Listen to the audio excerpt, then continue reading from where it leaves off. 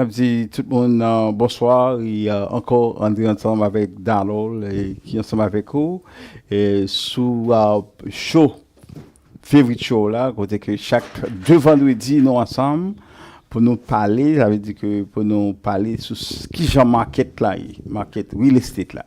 Et qui j'ai intérêt au dans quelle position pour mettre pour acheter un caille, toute bagarre ça nous pourrons parler avec vous et comme nous te dit déjà et là pour vers téléphone tout si vous avez des questions à poser ou que doit poser question à moi-même qui a relaissé le broker ensemble avec vous et en même côté à tout vous gagnez Donald chemin là qui banque là c'est banquier c'est lui qui marche avec ma coûte l'argent qui pour capable aider pour l'argent pour acheter Kayla.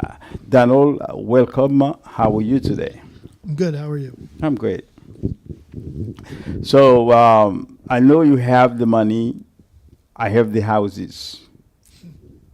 So how are you going to make it possible for my people out there to realize their American dream to buy a house? Well, first, all they really got to do is just call me for a free consultation so I could tell them what they're eligible for and what they can get. And then I could send them over to you so that you could find their diamond in the rough. Diamond in the rough. Ladies and gentlemen, ça monsieur dit là, monsieur sous répéter un mot là qui est très important pour nous capable comprendre. Diamond in the rough. Ça qui j'en être capable analyser ça ou bien capable définir ça, c'est que si ou dehors pour aller acheter caille, ou pas besoin acheter caille que, ou pas besoin mettre tête ou mettre visionnaire sur seulement pour acheter caille que qui finit, qui toute bagaille fini, c'est là. Mais cependant, si on cherche diamant, déjà c'est dans wash, dans paquet wash, on chercher diamant jusqu'à ce joindre diamant. Ça veut dire que l'on joindre diamant ça, quand il a vaut un paquet l'argent, on pas comprendre. Ou pensez qu'il a besoin de trop de travail, ou pas acheter lui parce que vous besoin sont l'autre monde qui était supposé faire travail là pour. Mais là l'autre monde fait travail ça pour pas oublier qu'on va le payer qu'à la plus cher. Parce que si vous achetez un caille qui gagne un potentiel, c'est ça que les diamond in the rough. Si vous achetez un caille qui gagne un potentiel, vous achetez caille ça et pourvu que vous capable habiter dans caille là. Vous ça un caille a house that is livable. Si vous capable habiter dans caille là eh bien, watch un bon deal là-dedans, you get diamond in the rough. So now, how does Donald qualify people to send them to me? So we're going to talk. You're going to tell me your exact situation as far as employment and income that you receive. Then you provide those documents to me. At that time, I run your credit and see how your credit is. And as long as your credit and income check up for the particular program I'm putting you into, then I could tell Andre how much you're eligible to buy for. That's right. So when you, let's say he said, all right, this is how much this person is eligible to buy for, let's say 500,000. So my job is to go out there and get you a house for 500,000. So I know some of you would say to me, you know something, I'm qualified for 500,000, but I don't want to use it all. I want to use a little bit of it. But the question is, how much of a house can you find for 500,000? So what do I do with you when you say this to me? So I start to show you houses that are lower than 500,000, and eventually you're gonna like houses that are more expensive than 500. So you're gonna have to settle. So you're gonna have to start saying, well, it's time for me to buy a house. I'm qualified for 500. I'm gonna look for a house for $500,000.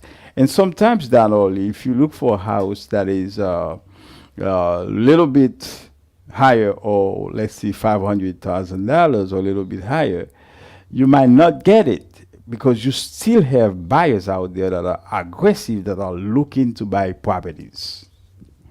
Oh, yes. There's still a lot of demand for these properties out there, and a lot of people are still bidding on properties.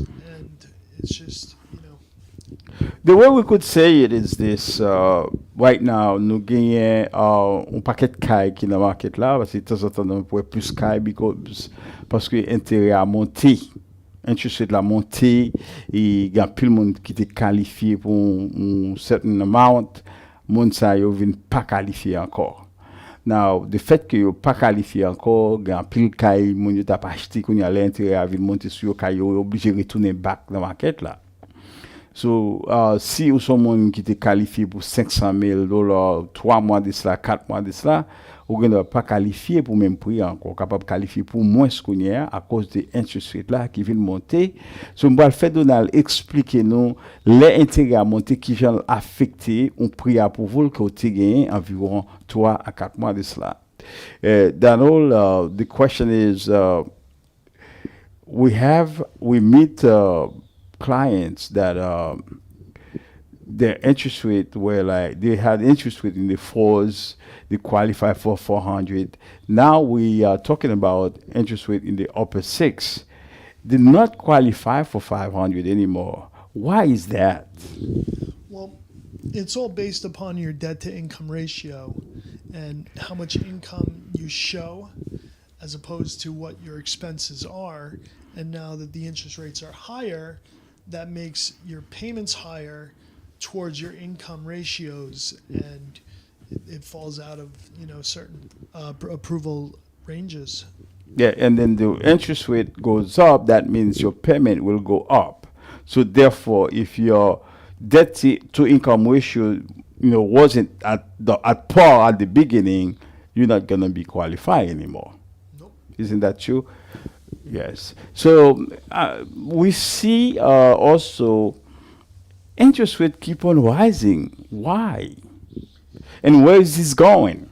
Well, their main concern of the Fed is inflation, and now that they keep raising the interest rates, they're really gonna hopefully come back down due to fear of recession, and stocks are going down and stuff like that, and that's why the rates are going up at the moment. Okay. So, si nous capables de comprendre, mesdames et messieurs, fédéral gouvernement, l'État gagne une responsabilité ici aux États-Unis. L'État a surveillé qui l'économie a fonctionné pour monde qui n'a pays a pas tout pas venir tomber dans welfare. Moun qui travaille yo ta remen yo rete à travail et moun qui gagne marchandises yo négociant yo tout, l'état remen yo toujours rete en business. Now, nous vinn garder nous en stock market côté que investisseurs yo pas investi même gens encore dans stock market, c'est ça qui fait que nous que stock market a descend. Les investisseurs pas acheté, c'est ça veut dire que même qui ont calculé, il faut me dire nous ça tout, chaque année fiscale qui fait mais son référence pour année ça qui connaît. Pas oublier, il faut me dire que moi-même, moi, suis comptable et je pratique taxe, je fais taxe pour un peu le monde et surtout pour business. Et comme ça, tout si on a pas acheté caille, moi, toujours guido pour me faire comprendre, pour faire attention avec Jean taxe ou préparer. C'est là où capable si les comptable cap suivre là et c'est là tout capable comprendre et nous capable faire mon comprendre tout gon bagay qui relé année fiscale.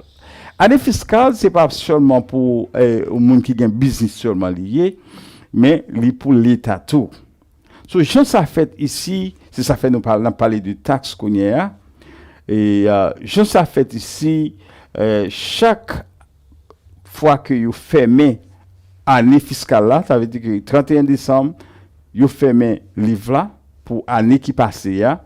So toute bagage ça yo vient tourner référence pour année ça pour qui gens n'a pas avancé. Et qui ça fait que vous fait nous payer taxe ou bien vous fait nous voyer tax return non aller, c'est pour capable garder tout pour qui gens how we doing. So l'état a une responsabilité pour surveiller toute bagage ça yo pour lui pas dépenser trop cob dans le social. Ça veut dire que dans le bien-être social.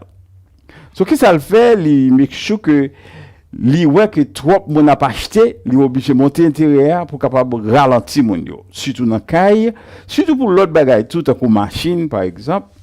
So ça l'état fait, li monter intérieur pour stopper bagaille là, pour slow bagaille là down. Ça c'est si moun commence à acheter et puis qu'on y a là li pas monter intérieur qu'on y a là pour venir un bagaille qui est inflation, surtout dans ça qui pour avec acheter caille. Nous prenons exemple côté que nous disons ouais moun qui t'a acheté caille intérêt c'est moins que 3%. Pour moun joindre caille pour acheter surtout dans Long Island ou gain un grand monde plus que 50 moun camper dans un open house pour seul petit caille qui en vente. Et petit grain caille ça qui en vente là ou gagner n'importe 10 à 20 moun qui mettaient off sur lui et s'il vous plaît, vous mettez plus que ça caille là dans le market là. So si il continue comme ça qu'on y a là, nous parlons voir inflation barrel, nous parlons voir monde pas capable d'acheter caille va monter tête nèg parce que mettre caille yo il y a pas avantage, il y a monter caille yo. So l'état monter intérêt. Comme c'est de caille n'a parlé, n'a expliqué ça avec vous. So l'état monter intérêt vient faire qu'on y a là, mon yon petit gens qu'on y a ralenti. Parce que quand c'est des monde qui t'a acheté caille, yo te qualifié à cause des interest rate là. Quand il y a l'industrie de la ville montée, ils ne viennent pas qualifier pour même prix, ils étaient qualifiés encore. This is where we come here tonight, Donald, to talk to people about the importance of raising interest rate by the federal government to make sure they slow down the process, especially in real estate, the process of buying homes. But we still have a lot of people out there that are buying. Interest rate is up, that doesn't mean that people are not buying. That doesn't mean the property value is going down, and that doesn't mean that houses are not selling. No, the houses are going to stay up, and you know it's very simple. It's like you're not going to buy something for $10 and then sell it for $7.50. You're going to buy it for $10, hold on to it, and then sell it for $15. It's the same concept. Definitely. The economy is not in a total crash, like we saw in 2008. It's not going to happen. Maybe a little bit of a recession, which is going to make the home prices level off, and that's the time to buy, because when the boom comes back in 2 years or so, you're going to be able to sell what you bought for $10, now you could sell it for $15. And you could refinance. If the interest rate goes down, it will be to your advantage. So, il y a un peu de monde qui pense qu'il va y avoir un crash. Bon, moi, éclairci ça pour nous. Et crash nous tiré en 2007, pas jamais tourné encore. Parce que moi, j'étais là tout, je suis suivi, j'étais dans la market là tout, je vendre caille, je même aidé les gens à jouer prêter pour acheter caille. Et ça qui est fait là, c'est parce que tu as des bails qui étaient mal réglés, manque de règlement, et bancaire, les banques ont fait faillite, et en pile banque a fait faillite, et puis en pile monde est venu perdre du caillou, nous te ouais, market là te crash, et pas oublier tout, le market là te crash, et en pile monde tout qui acheté caillou ça yo, caillou à l'enforeclosure, on a acheté caillou. Eh bien, quand ça y est, si vous avez acheté pour $500,000 à l'époque, ça, eh bien, quand ça y est, il y a presque $700,000 à $800,000 quoi. Nous sommes dans un market crash. Mais quand il est monté, et je dis à nous que l'époque 2008, avant 2007, nous sommes capables de dire que nous avons un highway qui est bon pour $350,000. Et bien, highway qui est 500 à $650,000 au vend. Et si market là, si qu'elle a arrivé dans niveau ça, c'est prix qu'elle a lié, il pas descendre encore. Raison qui fait le pas descendre, comme bagay qui est appraisal value. So let's see down all. There's a neighborhood right now. Houses are selling for $600,000. in 2, 3, 4 years, houses are going to be selling for the same price because the appraisal value is still going to be there. Now, if the property value goes up, the property is going to go up. So, in other words, don't be afraid to buy. If you buy today, you buy at appraisal value, and whenever you're selling, the property is going to go up. Whenever you're selling, you're going to make money. And then one thing I always tell people also, le ou achete kay, son investment qu'on fait. Now, a lot of people would ask, what is an investor? An investor is somebody who went and invests a lot of money to buy a lot of different things or invest in real estate. But if you invest in your home, you invest in real estate. You buy your first home, you invest in real estate. In other words, you invest in your shelter. Instead of paying rent, you pay your loan, you pay your mortgage. And the money you pay for your mortgage, part of it go toward the principal, which is money you save. Isn't that true, Donald? Yeah, yes it is. That is like putting money into a checking account every single month. Whenever you make your mortgage payment, it's like putting money in the bank. Definitely. So, mesdames et messieurs, pas hésiter pour nous sortir dehors pour nous acheter si nous besoin acheter. Et si par exemple tout gen kay pour vendre, pas quitter mon dos que kay pas vendre gonnier, kay toujours vendre. Et nous toujours tout kay yo kembe valeur dans market là. Et si par exemple au besoin et conseil au monde qui pourrait vendre kay yo, moi-même c'est real estate broker de Acna Realty Trading. On compagnie qui dans Long Island et Brooklyn. Et comme ça tout dans tout New York là côtoyer nous capable rencontrer avec eux pour nous faire un comparable market analysis for you. Comparable market analysis ça veut dire que nous a comparé tout l'autre cas qui vendent dans zone pour nous faire connaître combien cob kaywa vaut et qui je nous capable entrer dans market là pour nous qui côté kaywa et vendre que bah ça tout bah ça nous gain data nous gain information yo comme broker real estate broker nous capable de toute information ça pour nous faire connaître combien cob kaywa vaut et ça qui est plus important tout c'est que si ou bah nous vendre kaywa pour nous seulement chargeons 3% commission. Numéro de téléphone moi c'est 917 567 35 96. Donald is the bank. If you're looking to refinance your property or you're looking to buy a house and you don't have a pre-approval yet, call Donald. Call me for the free consultation. 616 426 0935. 616 426 0935. Ça c'est nos numéros pas Donald. Et si par exemple tout et nous avons question nous t'avons poser moi-même avec Donald là t'avons poser panel là et capable brûler et numéro pasteur et nous avons numéro pasteur setup sous besoin relais pour poser question parce que parce que nous t'aimons ou même tout pour engager dans la conversation et sous des questions pour poser question qu'on y a.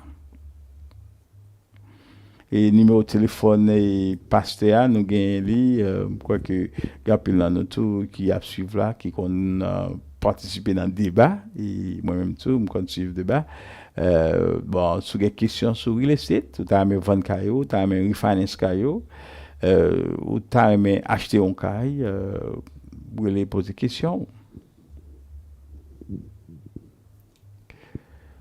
Ask your questions. Yes, I'm saying, some of these people out there that have questions.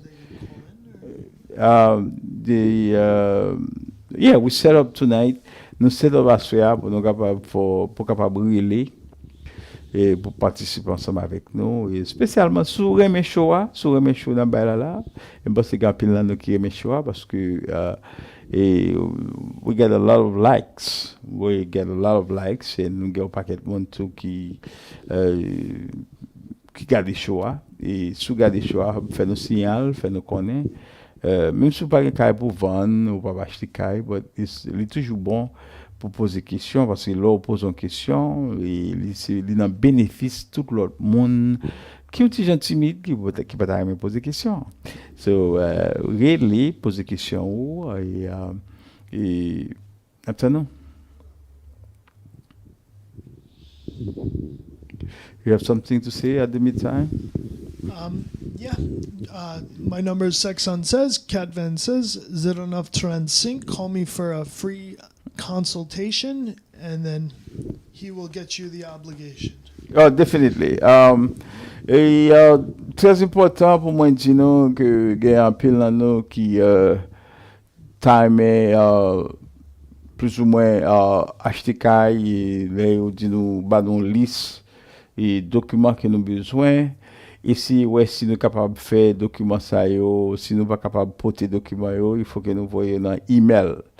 Et par exemple, si on demande un bank statement ou bien on demande un tax return, nous connaissons tax return, son papier qui gagne, qui sont qui ont paquet de papier là-dedans. Bon, si on fait photo dans le téléphone, il n'est pas tellement agréable. Et on voit dans WhatsApp, il n'est pas tellement agréable. Il est toujours bon pour capable fax ou bien email. Dans le bail qui est très important, capable de dire tout en pile là nous peut-être nous pas fin sûr que gagner staples. Sur les staples pour la caillou ou bien on côté fait fax staples li capable ou capable fax dans staples ou capable aller tout de pour un email ou dit mon yo besoin aide y a voyer y a voyer tax dans email là you just fax you just scan you voyer dans email là so depuis vous voyer dans email là n'a joindre li ou bien tout nous gain en pilote mon tout que nous à la caillou directement moi avec Donald comme vous connaissez en équipe nous travaille il y a monde qui relève nous et nous aller la caillou nous rencontrer avec eux nous make sure que vous préparez tout document pour nous pick up document pour nous capable réviser pour nous ouais est-ce que vous prêt pour faire ça à faire si c'est refinance soit refinance est-ce que vous avez preuve pour monter in commun ou bien si c'est acheter ou acheter, est-ce qu'on a une preuve en commun? Est-ce qu'on a une preuve que vous travaillez et bagay ça yo? Et si vous sont tout qui travaille avec tout ou self-employed, est-ce que tu fais taxe pour mettre en position pour qualifier pour acheter caille? Et quand puis là nous comme je fais taxi surtout qui fait taxe nous préparer taxe nous mais nous pas montrer qu'on fait l'argent. Si vous pas montrer qu'on fait l'argent, vous pas l'acheter un caille, vous besoin ouais est-ce qu'on peut payer caille chaque mois. Et gens pour capable montrer qu'on peut payer caille chaque mois, c'est là qu'on capable montrer taxe qu'on fait l'argent. Ou bien tout faut qu'on mette comme ça sous dans banque. Chaque fois qu'on touche comme ça supposé aller la banque même si vous retirez ou fait n'importe quoi avec lui mais supposé aller en banque parce que un programme de auto you just besoin bank statement pour vérifier. Now Donald, there's a program out there where if you're self-employed you only need one year tax return. Yes, so for self-employed borrowers there's many different programs, but if you're going to go on a conventional product, if you're self-employed for 5 years, we only require the most recent year's tax returns.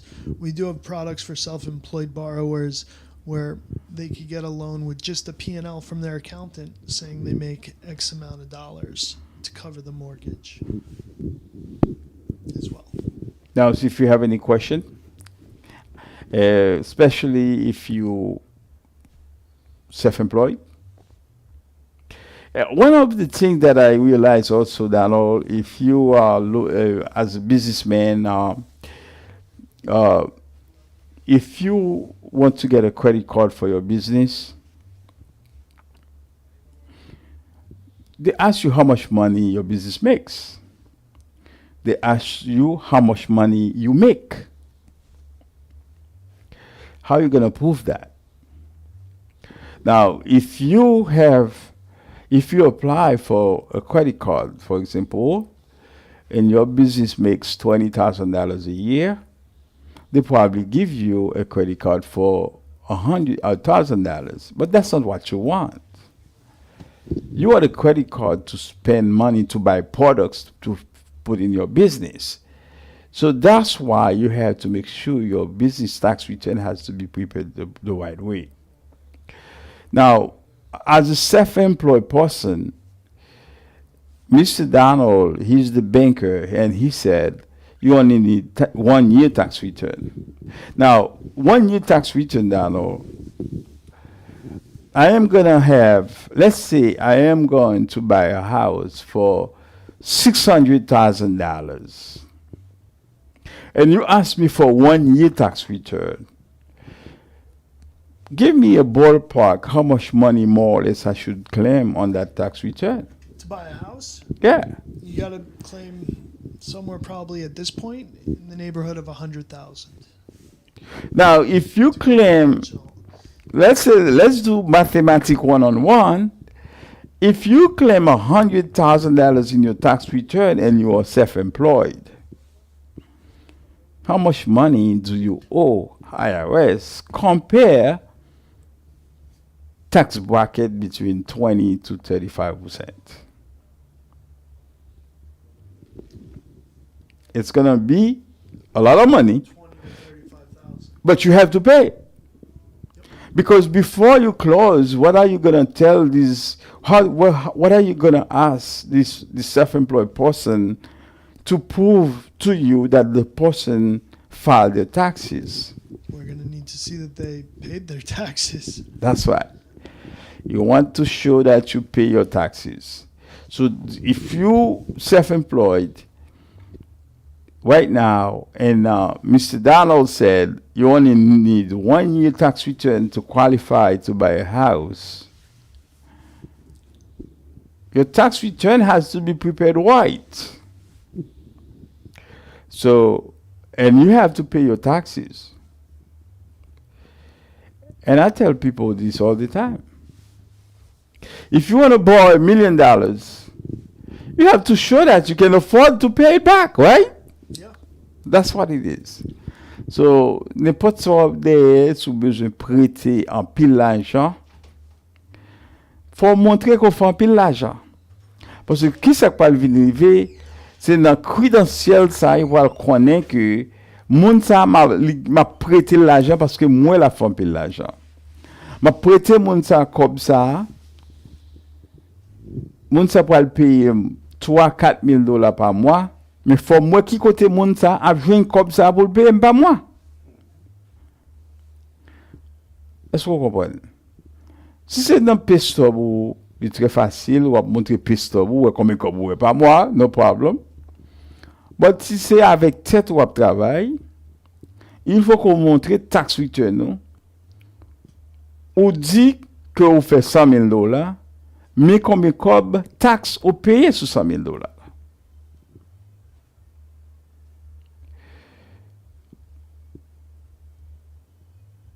Success is not easy. You have to pay the price. Whatever you do, if you want to be successful, you have to pay the price. Yep. So we're waiting for someone to call. Page moun ki rele. By telephone now, 646. Téléphone 425. They have any question for you guys? 646 294 294 24 24. Si nous avons des questions, c'est là pour nous poser des questions parce que les a marché, nous va prêter pour toute la nuit là.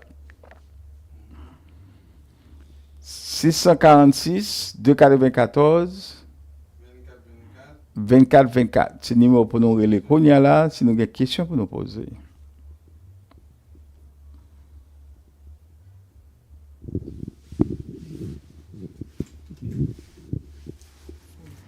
Combien de gens suivent nous là?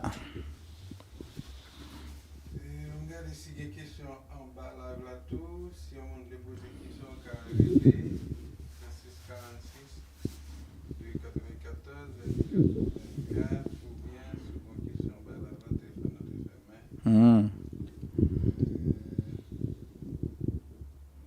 avons 3116 qui te relève dans le bac.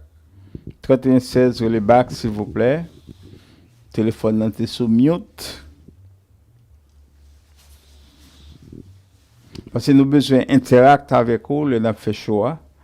nous avons posé question et nous dit que l'on pose question, le bénéfice tout le monde. Tout le monde qui est timide, qui peut poser question, qui peut entendre des voix, qui peut entendre ou poser question ça, il y a plus de monde qui a bénéficié de lui.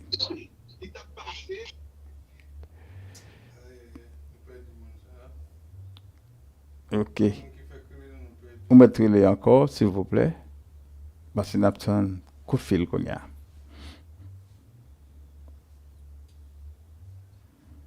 Okay, while you're waiting for the line to give you a number, give that number. So my number is 917 567 3596. 516-426-0935. Numéro A, c'est 917 567 35 96. Ça, c'est pour monde qui besoin acheter caille, monde qui besoin poser question sur caille. Monde qui besoin poser question sur mortgage, combien intérêt aillé, combien intérêt aillé, combien prêté, est-ce que vous qualifiez? Relais Donald. 516 425 16 09 35 426 426 09 35. 09 35. 516 426 09 35, ça c'est numéro Donald. Numéro pas moins, c'est 917 517 567 35 96. Posez question, relais 646 294 24 24. Et je crois que toute question est nous capables de faire une réponse pour. Regardez s'il y a quelques questions en bas là-bas. Regardez,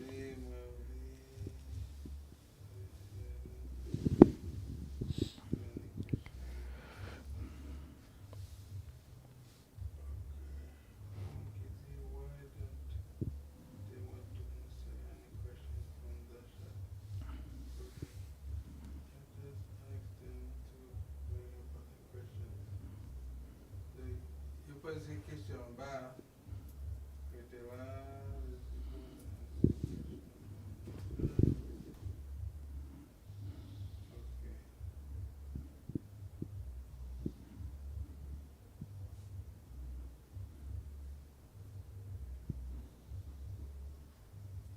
Okay, woman qui pose une question, you dit comme ça, there's a lot of people who said from the internet, like this is not the right time to buy a house.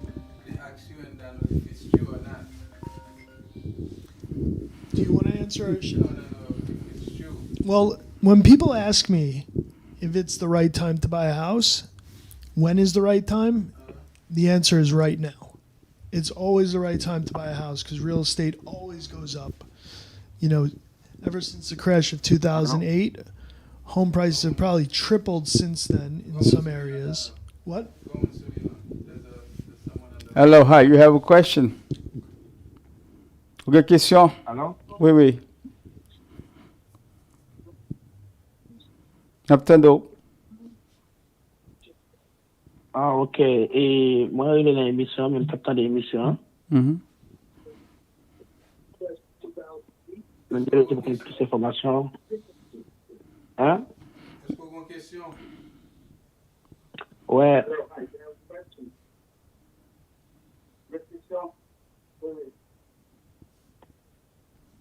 Il y a une bonne question. Hein? Vous m'avez posé question. Hein? Ah, ok. Mais par exemple, est-ce que si, que, par exemple, il y a un monde prêté encore, combien de réactions on prêté encore? Combien de revenus? Okay. If someone borrows some money, how much is the interest? Now, pour qui raison mon acheter petit comme là? Pour l'acheter caille, right? Non, je ne dis pas pour l'acheter, je suis choisi pour l'acheter pour bon business. Malheureusement, nous pas prêter mon cob pour juste acheter un Oui, business, mais il faut que business là c'est une sorte de real estate que lié. Est-ce que vous comprenez? Ok. Mhm. Et intérêt pour acheter un business, c'est des bagages différents avec le acheter un caille. Ouais, c'est ça, c'est ça. OK? So, si par exemple, vous avez un business ou intéressé pour acheter ou t'as acheter un business, ça peut-être vous capable de relayer nous après ça et puis nous sommes capables plus ou moins ouais qui j'en nous capable de guider. But he wants to buy a business and he wants to know the interest rate on the money that he's gonna borrow. But I told him that we're talking about buying real estate right now. Yeah. So are you looking for like a mortgage on a commercial property? Is that it?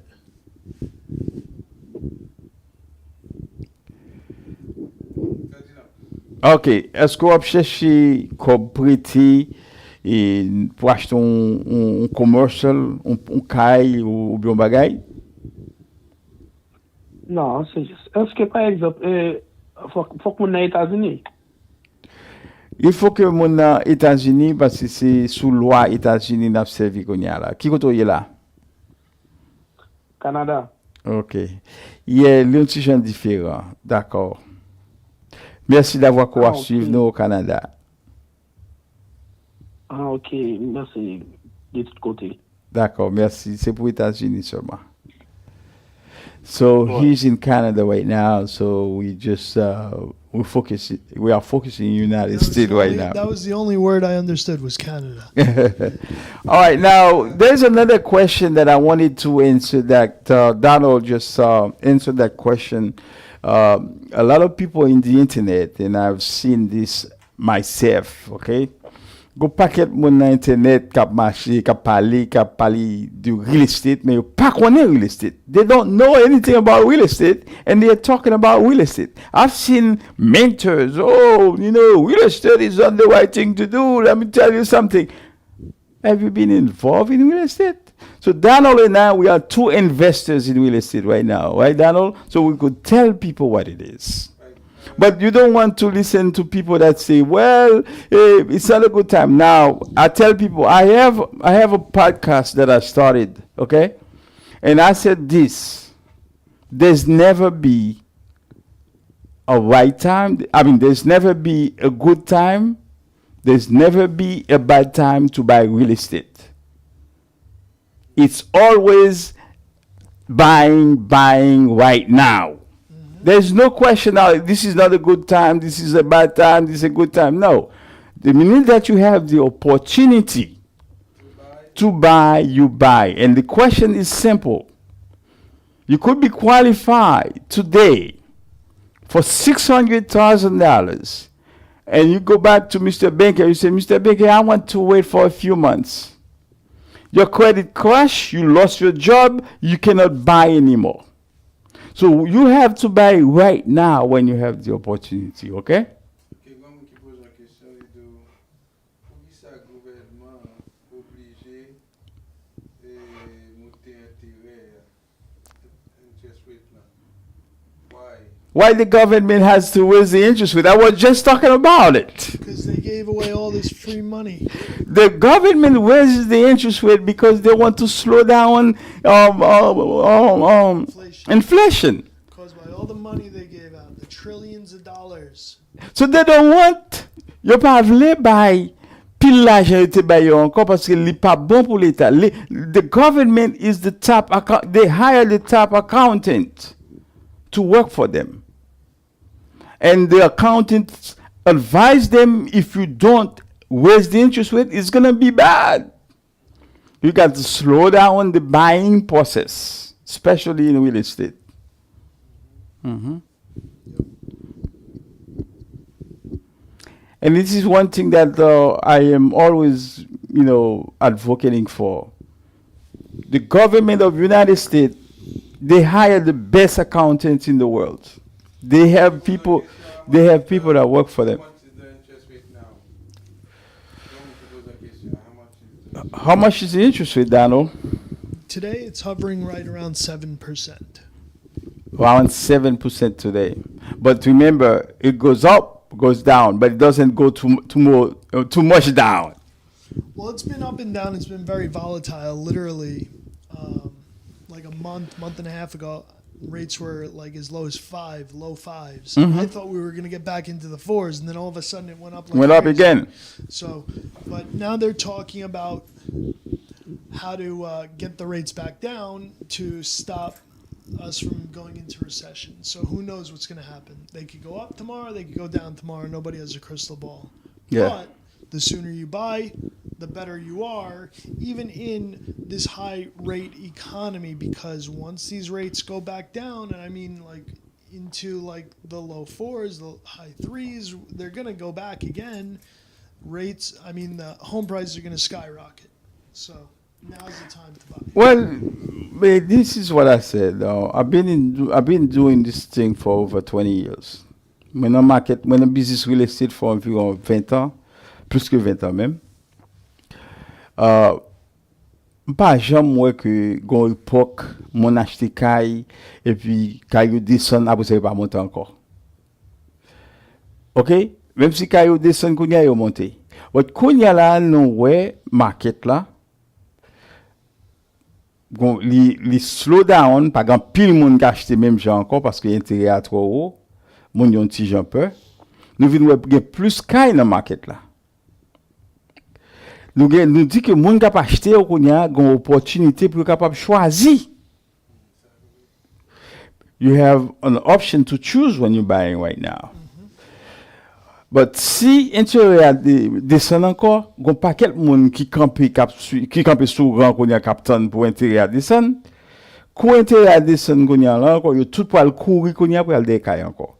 Kay pour monter encore kounya ou chercher kounya pour al retourner dans même misère encore ou chercher acheter kay ou pas ka vinn kay. Moi gon client 3 ans de cela, 2 ans de cela. M'gè plus que un an m'a montré client kay. Chaque kay li joine laisse tout le monde se pile monde pour aller rendre dans open house. 50 60 monde dans open house. Chaque cas li joine, li mette plus comme sous yo, mette 30, 40, 50 000 dollars en plus. Yo pas balil.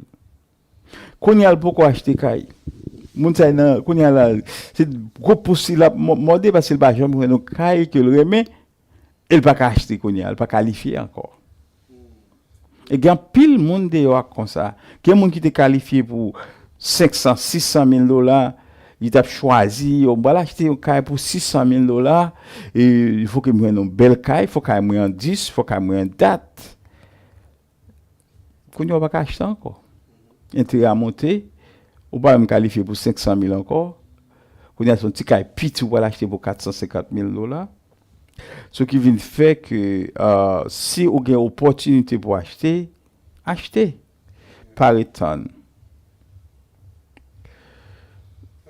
OK, so je pense que nous répondons à la question monio et nous contents that we have people watching all over the world. Hello. People are watching all over the world. Yeah, in Canada for sure. In Haiti as well. Oh. All over the world. In France. But remember, I'm glad that you're watching all over the world. I'm glad it's côté, but nous basés aux États-Unis. Moi-même, je suis licencié, un broker licencié aux États-Unis pour me capable de vendre New York seulement. Ça veut dire que moi, je suis un real estate broker dans New York. My partner is a banker. Lui-même, il prête mon compte pour acheter kay. His license is all over the United States. Where is your license? Where you licensed to refinance to help people get the loan to buy a property down there? I'm licensed in almost every state. I think there's only 3 states that I'm not licensed in, and I don't even know which ones they are. Good. Pretty much wherever you are, that's where I am. Alaska? I don't think so. That's a terrible. But moi-même, c'est New York, moi, 24.